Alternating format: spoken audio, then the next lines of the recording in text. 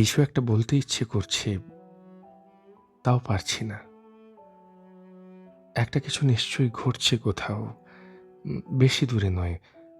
ওই ধরো, মন থেকে মস্তিষ্কের মধ্যে। আমার এই নিয়ন্ত্রিত মন বারবার অনিয়ন্ত্রিত হয়ে যাচ্ছে। কিসের আশায়, কিসের উদ্দেশ্যে, নাকি আক্ষেপে? আক্ষেপটাই বা কিসের? সবকিছু ঠিক আছে, মন, শরীর। আজ বাইরে ঠান্ডা শীতল বাতাসও বইছে দেখি। তবে তবে আমার বুকের বাপাসটায় যেন কিছু একটা ঘটছে। কিছু একটা পাওয়ার আশায় বুকে শূন্যতা তৈরি হচ্ছে।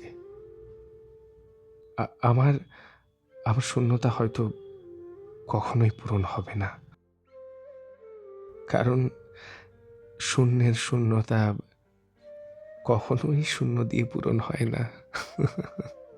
হয় না।